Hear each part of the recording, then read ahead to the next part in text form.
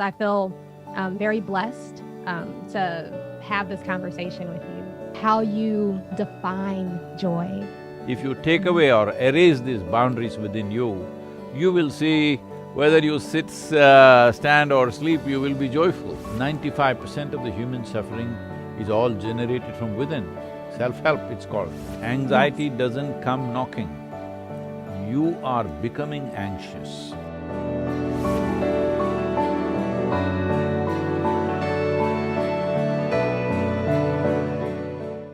Hello. How are you? Karam, I was just thinking of consulting you how to get these curls like this for me, huh? Oh, I was just on Dr. Oz like 20, 30 minutes ago talking about hair. We did like a whole thing all morning about turning back the COVID clock on aging. So I did like a hot oil treatment and it was a whole thing. So that's why I look the way I do. I usually don't look this like glammed up for podcasts. I No, usually you're have on looking my regular wonderful. stuff. Why? Thank you. Thank you so much. I really appreciate this. I feel very blessed to have this conversation with you. Very blessed. So let's get started because I don't want to take up too much of your time. So I'm going to officially do an intro and then we'll go from there. Okay. And it'll be very, very casual. Okay. I don't know if you know anything about me, but I've been on this journey since I was 7. So it's my whole life. It's everything. So. Okay. Okay. Hello, everyone, and welcome back to another episode of New Growth. I am your host, Nikki Walton, and today I am joined by someone that doesn't need an introduction. He's a rock star guru. He is he is the true guru, and it's not the man, it's the transparency that's there that can shine through, the love can shine through. I call it love, or we can call it joy, we can call it consciousness, whatever you want to call it. It was before we were. So thank you so much for joining me, Sadhguru, today. Namaskaram, This is Nikki. amazing. Wonderful talking to you. Yes, So you are the beauty and I am the beast, is it, in this whole game? The Beauty and the Beast? No, I don't see it that way. Not at all. So I share your stuff on Instagram all day, all of your videos. You're very relatable, very down to earth. A recent one, somebody was like, "How do you feel?" And you were like, "How am I supposed to feel? I feel regular, but I know." Like, I laughed. And for me, this whole journey has become about, it's like a Easter egg hunt. In every moment, I'm looking for the love or the joy that's already in the background, that's always already in the background. In some moments, it's easier, and other moments, it's more difficult. And when I'm really in that groove, there is no me, and there's just that love. Not even the moments, there's just that love, that joy. So I wanted to read a quote from Inner Engineering and just kind of get your definition of joy. This is the one that I pulled. I have lots, but this is the one I love the most. Joy is not some elusive spiritual goal. It is simply the background that is needed for any aspect of your life to unfold magically and wonderfully. So I just love to know, like, how you define joy. Well, if you could define it, it would not be worth pursuing it. Yes, I love that. Because, see, we're calling it by different names. Essentially, it is life. If it's exuberant, in its exuberance, it may be joy, it may be blissfulness, it may be ecstasy. Well, if it's relatable, it may become love. These are all different manifestations of exuberance of life. Joy is not a philosophy that you take on. Like right now, it's become in pursuit of happiness. Where are you chasing it? And why is it elusive? Because you think it's somewhere else. It's just that this life, when it functions in an exuberant manner, not in a depressed way, in an exuberant manner, that means if you open the cork, it is exuberant. If you close it and keep it, then it becomes depressed. So what is opening and closing when it comes to life? See, the fundamental thing is this, well, once you become a human being, what it means is, all other creatures are instinctively bound by boundaries. Like, you may not have seen this in United States, but if you were somewhere else, you would see this. If you were in the wild, you would see it. All carnivorous animals, let's say a dog, if you leave him outside, he goes on peeing all over the place. He doesn't have any urinary infection or problem. He's setting his boundary by his smell. So he's building his own little pea kingdom of whatever. It's a big thing for him because for him to be clear what belongs to him, what doesn't belong to him, he has to set a boundary. But once you become a human being, when I say a human being, in a way, the highest point of evolution on this planet. That means the finest life on this planet must be us. Well, we are proving to be otherwise, that's a different matter, but actually we are the finest life on this planet, most intelligent, most refined, most capabilities in terms of our faculties, everything. So if this is the finest life, if you look at the longing of this life, what you would see is, whoever you are right now, you want to be something more than who you are right now. This doesn't stop anywhere. Even if I make you the queen of this planet, I'm not thinking of that, I'm just saying, okay? That'd rock, that'd be awesome. Even if you become the queen of this planet, you will not be fulfilled. You will look at the moon, you will look at the other planets, if I give you the whole solar system, you look at a galaxy. If I give you one galaxy, you will look at the next one. Because there is something within a human being wants to expand limitlessly. So this is the fundamental shift that happened between animal nature and human nature. Animal nature is always trying to fix its boundaries because its only goal is survival. Once you become a human being, you're always seeing how to expand your boundaries because what you call as human begins to kick in only when survival is taken care of. When survival is in question, we are like any other creature, biological entities of food, sleep, reproductive needs and survival, essentially.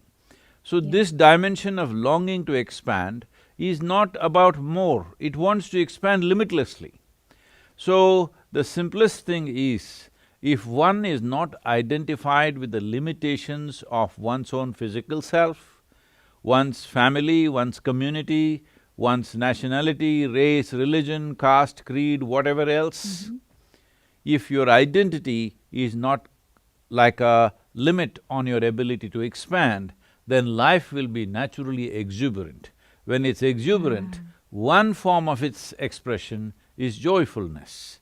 So joy is not a practice, joy is not a philosophy, joy is not your ideology in life, nor is joy coming down to you from heaven, because this has happened to the world that all the beautiful things that human beings have been exported to heaven. If you say peace, people say divine peace. If you say love, they say God is love. If you say joy, people will say heavenly joy. No, these are all human things. Your peacefulness, your joyfulness, your loving nature, all these things can happen within you when you are willing. When I say willing, when you are a willing piece of life. You become a willing piece of life only when your identities are not limited. If you put a limit on your identity, then you are willing with one set of people, you are unwilling with another set of people. So in this, it is corked and there is no exuberance to this, but if you take off this cork, because this whole thing is just a mental thing that you have fixed up boundaries for yourself, if you take away or erase these boundaries within you, you will see whether you sit, stand or sleep, you will be joyful. You will even sleep joyfully, I'm saying. I love that.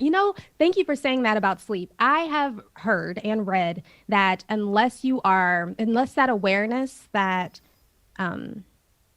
unless you have that same awareness during sleep, you're not aware of that true awareness. You're not aware as that true awareness. Is that true? And if so, what does that look like? Because when I'm asleep, I'm asleep. No, when you sleep, just sleep. Don't try to do anything else.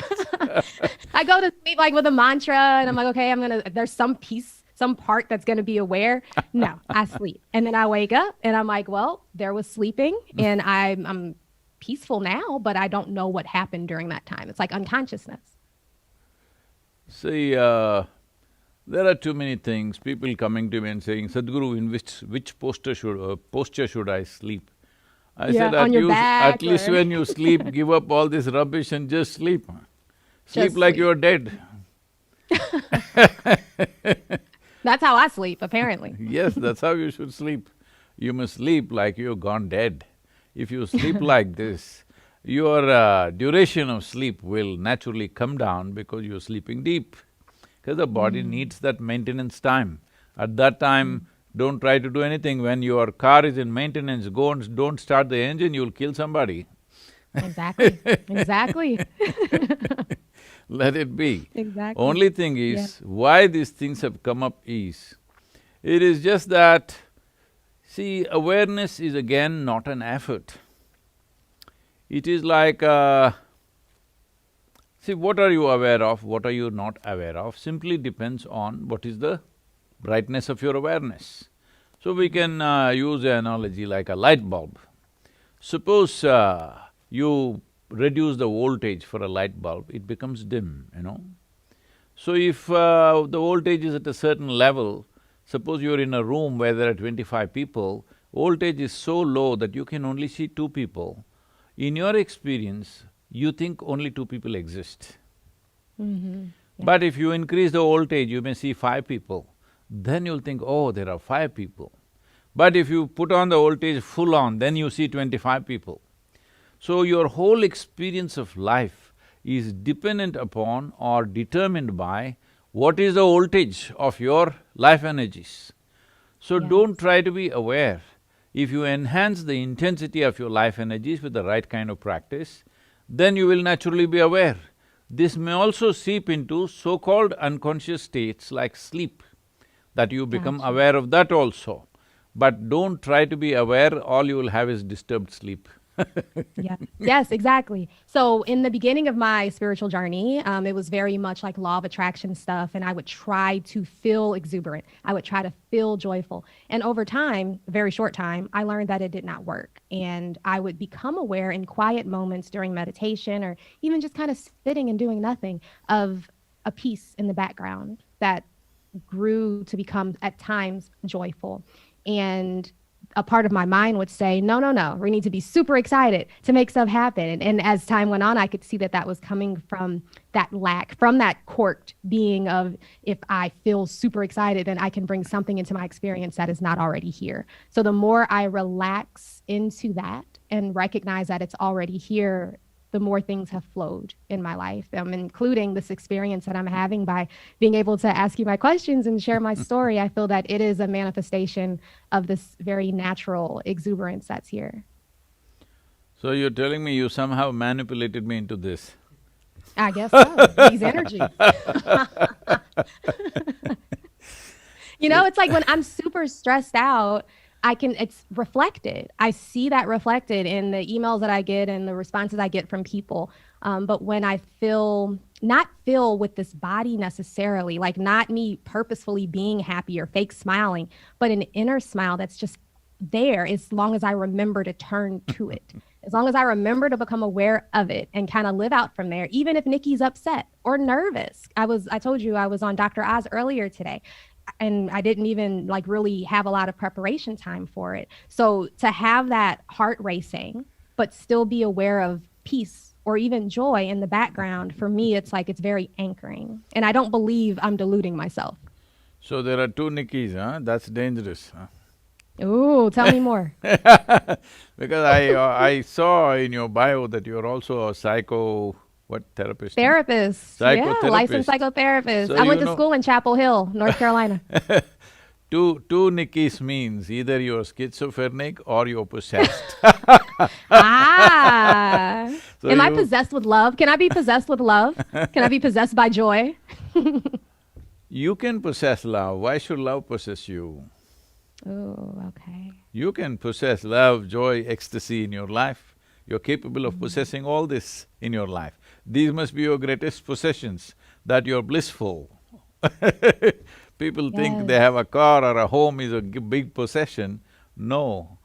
The dollars are not the best possession to have. They're useful. Right. They're Right. useful to create a certain amount of comfort for us, but the best possession to have is blissfulness. You don't have to be possessed by it, because see, we are looking at these dimensions of life or aspects of life as some kind of quantities or some kind of commodity that we must have it. Yes. Happiness is not something that you will have, joy is not something that you will have. You just can become happy, you can become joyful, isn't it? I have joy in my life, what is that? Have you stored it in a balloon or a box or where? I'm asking. There's no such thing as having joy. You can become joyful, you can become loving, you can become blissful. So becoming blissful, becoming joyful, becoming peaceful, what does it mean? See, if your body becomes pleasant, we call this health. Everybody wants it. Body is pleasant right now, this is health. If it becomes very pleasant, we call it pleasure. If your mind becomes pleasant, we call this peace. If it becomes very pleasant, we call it joy. If your emotions become pleasant, we call this love. If it becomes very pleasant, we call it compassion. If your very life energies become pleasant, we call this bliss. If it becomes very pleasant, we call it ecstasy. If your surroundings become pleasant, we call this success. Only to create pleasantness in your surroundings, you need the cooperation of other forces and people. Because creating pleasantness in the surroundings is a skill of a certain kind. You must be able to put many forces together, otherwise it won't work.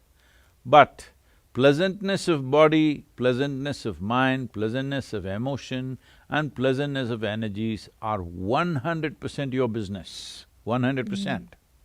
There's nobody else involved in this.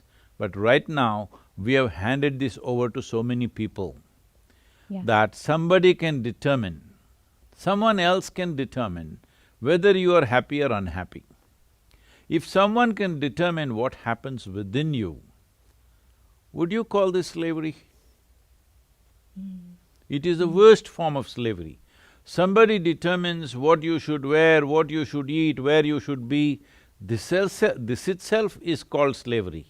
But if someone can determine whether you can be happy or unhappy, somebody can make you peaceful, somebody can make you… put you into turmoil, this means you are deeply, deeply enslaved. This enslavement has happened simply because you have not taken charge of your faculties. Your own thought, your own emotion, your mental and psychological structures and your physical body not taking instructions from you. If your mind was taking instructions from you, would you keep it blissful or miserable? Absolutely blissful. Absolutely blissful. Peaceful, joyful, yes. Sometimes what you want for your neighbor may be debatable, but what you want for yourself is 100% clear, highest level of pleasantness, isn't it? Absolutely, yes. So when this is the case, why such a simple thing is not happening? Can I tell you a small story? Please. This is not really a story, this is what happened to me. When I was just 25 years of age, one day I was just sitting on a small hill near my native town. I don't know, you may not be familiar with India. A little bit. I've been once, Oh. but just to southern India, in Mumbai. Mumbai, okay. Oh, just the wrong place to go. No, I'm coming back, and I'm Mumbai going northern people won't India like next it, time. but I'm just saying that's not India. I'm That's doing Mumbai. North India next time. As soon as everything No, you clears must up, come I'm headed south. back. In south… Oh, coming south? Yeah. Yeah? Mumbai What is part? not really south, it's somewhere central India. Further Central. south is where we are, and it's a more beautiful part of India. North is just plains, south is full of mountains and… Is it near like Goa? Yeah, Goa and further down. Okay, Yep. okay. I want to come to Goa too. So this is a city called Mysore, where there's a small hill in the town, and I was just Okay. sitting there, and suddenly I realized, suddenly I exploded into a state where every cell Mm. in my body was dripping ecstasy. I Mm. realized if I just don't mess with my mind, I'm ecstatic. Yes. Then after a few weeks of this experience, that it became such a profound experience for me, and then I decided, I was 25 years of age, and Mm. I decided and made a plan. In the next 2.5 years, I will make the whole world ecstatic. Ah. Because it's so simple, you don't have to do anything. If you simply sit here without messing around with your mind, you're ecstatic. So Exactly. on that day, the population was just 5.6 billion people. So I Mm. thought, in 2.5 years, I made a plan, how I will make the whole world ecstatic. See, now it's 39 years. Yeah. Well, people say Oh we've gosh. touched around 1 billion people, but that's Yeah. not my idea of the world. My idea of the world is 7.6 billion people. But it Mhm. took me a certain amount of time to realize how invested people are in their miseries. They're Yes. so invested that even if you show them the greatest possibility, they don't want to leave what is familiar. Exactly. Exactly. So why is this happening to the world? Why so much suffering? See, physical things that happen to us, there is war, there is famine, there is calamities, these are different things. Well, this causes physical pain. Mm. But right now if you look at human beings, only about 2 to 3%, maybe 5% of suffering is because of physical causes from outside. Yeah. 95% is self-inflicted suffering. Physical situations can change, they need not cause suffering to us. Right now, everybody is suffering the pandemic. Those who got infected, those who lost their lives, those who lost their dear ones, it's a different thing. Mhm. All others are suffering. What is it? They're all worried about the economy, they're worried about the future, they're worried about something. I'm not saying it is not an issue. All I'm saying is, see, right now, what could happen at the most? Maybe in another 6 months' time or 1 year's time, we may have to live like how we were living 10 years ago, Mm. or maybe 20 years ago. 20 years ago, believe me, life was not very bad, it was good. Right. Maybe we'll have to live little with little less. Maybe we will have to live like how our parents lived. Today, how many… for example, I'm saying, this is not against the beauty consultation, okay? Uh, for example, how many pairs of clothes your grandparents had and how many you have or this generation has, if you look at it, it's probably 5, 10 times more, Yeah. isn't it? Except for So, in this case, huh? I have a uniform. I have a uniform. I don't buy clothes like that. T-shirts and skinny jeans You're and not good scarves. for economy then. No, I'm not. I do order a lot of food, but less clothes. So, essentially, when the caveman lived here also, he was also among them also some were happy, some were not happy. That is not Mm. because of the conditions in which they lived in, it is because of the condition of their minds, their Yes. ability to use their own faculties. What is it that human beings are suffering if you look at it? Well, they're capable of suffering what happened 10 years ago. Yeah. And of course, they suffer what may happen day after tomorrow already. So this means that they are not suffering life, they are suffering two most important faculties in a human being, that is a vivid sense of memory and a fantastic sense of imagination. They are suffering Mm-hmm. these two things, which is most unfortunate, because what essentially you're saying is, this evolution of my intelligence is my problem. Right now, human beings are essentially suffering their own intelligence. Yes. If they had half the brain that they have, they would sit here peacefully, no meditation would be needed. If they had the brain of an earthworm, they would sit very peacefully. So essentially you're complaining, why have you given me so much intelligence? We're telling nature, why so much intelligence?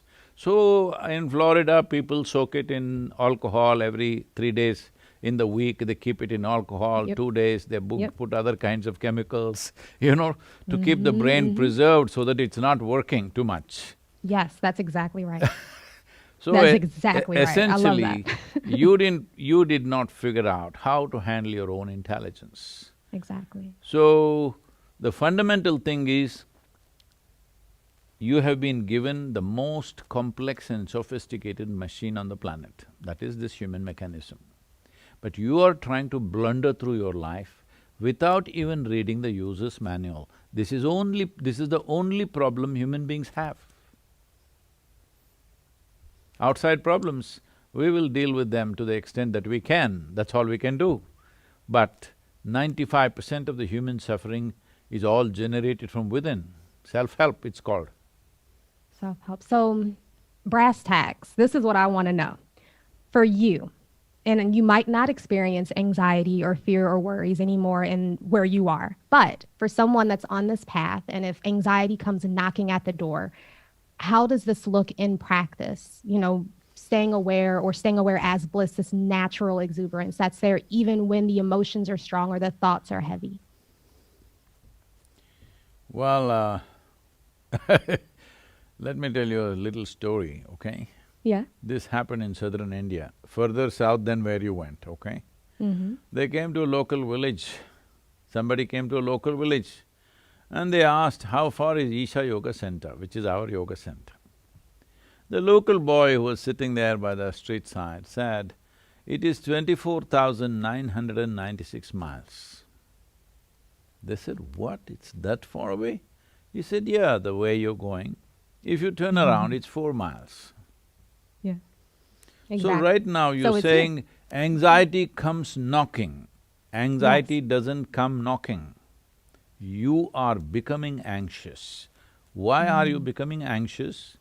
Because your imagination is unbridled, your memory is uncontrollable, it's running riot within yourself. So essentially, it's your inability to use your own faculties. Suppose it so happens, your hand became an independent state by itself and started punching you in the face. If somebody That's else… what the mind is doing, the mind is punching me in the face. If somebody else tries to do this, we know how to distance ourselves, we know how to go away, how to handle them. Suppose your own hand starts hitting you in the face, what is the answer for this? They will lock you away. You have to get control of your hand and not do that. Yes. Either your hand should take instructions from you, or somebody will tie it down, or maybe they will amputate it if it goes out of control. All these things, right now, that's all that's happening with your mind. Your thought, your emotion are running away on their own. They're not taking instructions from you. All your faculties should take instructions from you. Only then they're worthwhile faculties, otherwise they're a big nuisance. Right now, unfortunately, most people are making their own intelligence into a nuisance. See, in my understanding of life, I feel intelligence is a solution for everything. But right now, everybody is trying to prove intelligence is the only problem they have. So anxiety doesn't come knocking, you become anxious.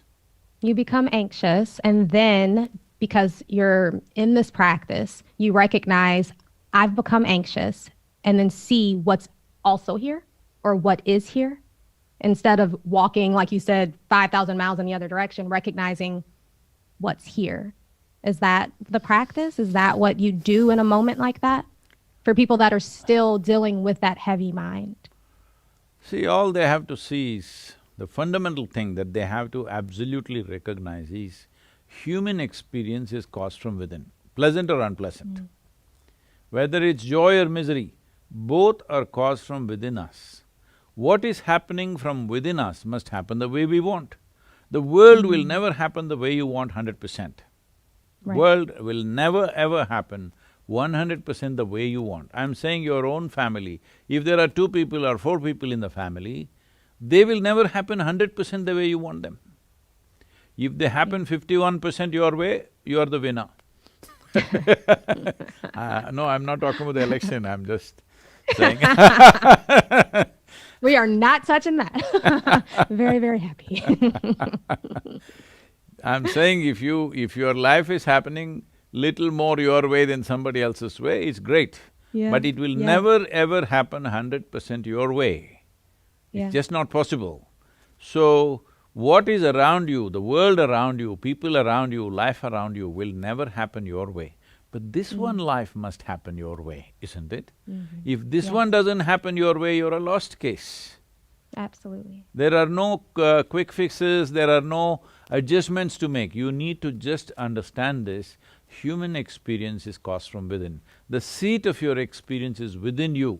You are not sitting there, that's a problem. You are not at an individual, that is the problem. You are identified with too many things. Right now, the way when people say, my life, if somebody says, my life, you're supposed to look, where is this life? Is it in the office? Is it in the bank? Is it in his car? Is it in his home? Is it in his wife or husband or children? Where is this life? Because he thinks all this is his life. This is not your life. These are arrangements you made to facilitate this life to happen in the best possible way, isn't it? Yes, definitely. You made these To arrangements. give you the most comfort. But now you're mistaking the arrangements to be life. Right. You sit on a chair for your comfort. After some time you think you are the chair, you know what happens to you? You will walk around with the chair stuck to you. That's a bad way to live. Right now, Yes. that's all that's happening. With I this, see. with this there is anxiety, with this there is struggle. If you clearly come to this place, what is you, what is not you? If there's a distinction, there's a simple process that we have set up, millions of people are doing this around the world today.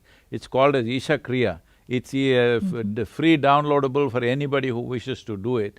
This is a simple process to create a little distance between what is you, what is not you. When I say what is you, what is not you, this very physical body is something that you gathered over a period of time, isn't it? You were not born like this, it happened. So what is this?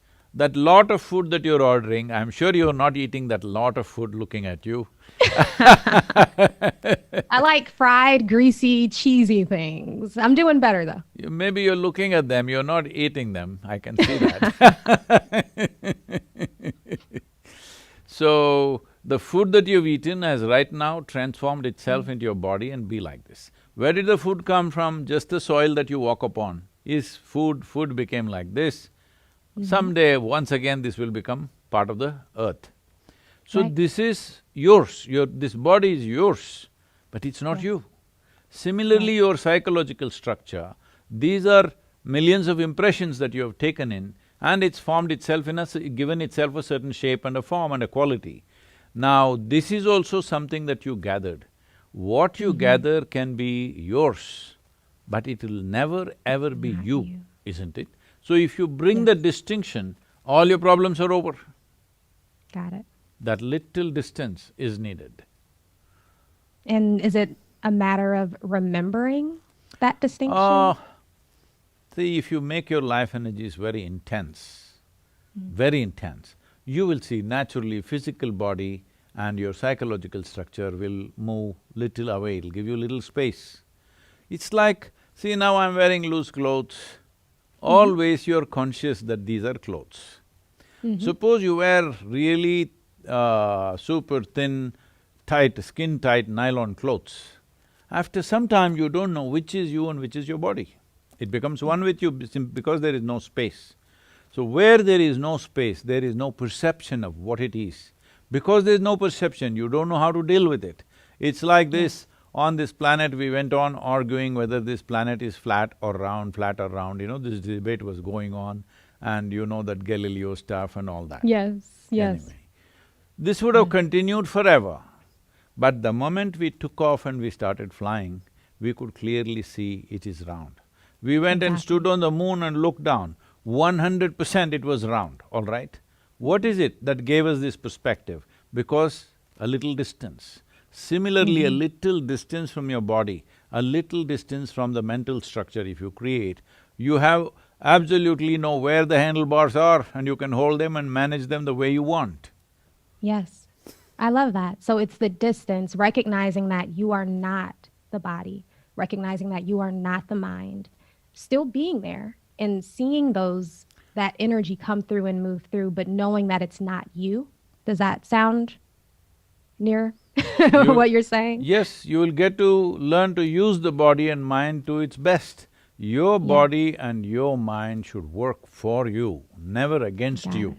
So what you're calling as anxiety, what you call as misery, any form of unpleasantness that generates from within you, either in the form of ill health or misery, essentially it means your own system is working against you. Right, right. No, that's beautiful. I love how you make everything very, very simple. It I also is… wanted to tell you that I'm taking neem in the morning because of you. I've been doing Ah, that now for at least a month now. so So you thank took… you. I tried to do the turmeric too, but it gave me indigestion, so I haven't been able to. Oh, there is a certain way to consume But that. neem is great. Neem is great, it'll bring certain Yeah. What do you translucence to recommend? you and Mhm. and it will… Once you have neem early morning, nothing seems bitter through the day. Yeah, I take it every morning. It's the first thing I do. Mm-hmm. Neem is the first thing I take when I wake up in the morning now, and it's been for at least a month. Like, I don't have much of a morning routine except for just kind of marinating as this love, and that exuberance. And then I do a little reading, and then I take my neem, and then I get started with my to-do list or jumping into my phone. I stopped checking my phone and my news feed first thing, and that changes everything. To just kind of remind yourself that you're not the person, that Oh, you're maybe not we the have to mind. say one more thing, I'm not the body, I'm not the mind, I'm not the phone. I'm not the phone. Yes, because it's become it's another appendage. So in the morning, I'll say not just I'm not this, I'm not Nikki, I'm not the mind, I'm not the phone. I I like think that this one. is I'll add more it. important than the body and mind for a whole lot of people. Man, it's a disgusting addiction. How my thumb will just go to Instagram. It'll just go to my email. I Are check you it doing this in the sleep, huh? compulsively. Are you Yeah, doing this in… absolutely. Not healthy. Not healthy at all. It's better now that I'm not checking it as soon as I wake up. And I have set alarms on all of my apps that shut off after an hour, but you put your own passcode back in to get access back to it. So it still takes like a conscious moment to be like, am I going to re-access this app? And usually I do, but it's still a moment to decide. I can choose if I'm going to continue to be mindless. But yeah, no, Neem has been an excellent addition to my routine. So thank you so much for that. Neem is a wonderful thing, it will also reduce the number of cancerous cells in our body. It has Yeah. incredible benefits. It is one leaf that's found on this planet who has a very complex chemical system, nearly 104 to 105 different types of chemical compositions are there in that. It's a wonder leaf. So, Mm. I'm glad you're in Florida and you must be getting some fresh neem. Yes, I Rest… am. I am. There's a farm here, not too far in Brandon, Florida. And so that's where I get my neem from, and it's fabulous. So I know that we're actually coming near the end of our time together, and I wanted to give you a chance to just let my audience know where they can keep up with you at. Well, oh well, I'm not good at this, you should only say these things. Well, Maybe I'll record like a short thing at the end for us. Like catch we're him on here in Instagram at. Tennessee, on the border of Tennessee and Georgia, near McMinnville. This is where the Isha Institute of Inner Sciences is. And of course, we are in southern India, a much larger center out there. And this is a place you must visit, it's it's an extremely beautiful space out here. And apart from that, of course, there is an engineering.com and whatever else. There is a Sadhguru app, if you download that, everything is there in that. It's called the Sadhguru app, it's free downloadable. And there are various meditations guided meditations that one can practice from this. And also very simple forms of yoga which are called as Upa-yoga, which one can do or practice without any risk of doing it wrong, because proper yoga must be done under care. Just doing it from a book or a video is not a good thing to do, but this is called Upa-yoga, which are very, very simple processes that anybody can learn to do. So, as I said, now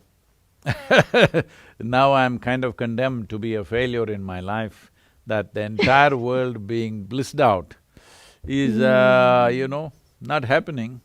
So, I'm only trying to increase my percentages, so tell them that let me be a little better failure than what I am right now. But I'm a blissful failure, so don't worry about me. Blissful failure. I aspire to be a blissful failure. I love that. Thank you, Nikki. Wonderful talking to Thank you. you so You must much. I come and visit appreciate us you. here. You must come and Oh, visit us I at am Tennessee. absolutely coming that way. I love Tennessee. I used to drive through the mountains all the time. I'm between Missouri and North Carolina, so I'll definitely head up there. Do you all have silent retreats? I crave a good Yes, silent retreat. there's a 21-day silent retreats going on right now. You can join the 3-week thing. I wish I was there. I think, yeah, I need that in my life. And whenever I feel the need to go away, like to a cave, I remind myself that that exuberance that would be We in a also cave have is a here where I cave. am. We Oh, I also would have go a there. cave. I didn't know that you're drawn to the caves. Anywhere that's quiet, quiet, quiet, quiet. And but then, like I said, it's always like a constant reminder, even though you're not on the beach, even though it's not quiet in this house because the two kids are yelling, the peace is here, the exuberance is here. And just identifying as that as opposed to the need for quiet, you know? I'm here till end of December. We'll be glad to see you when you come. Namaskar. Yes, I'll be Thank there. you. Thank you so much. Thank you.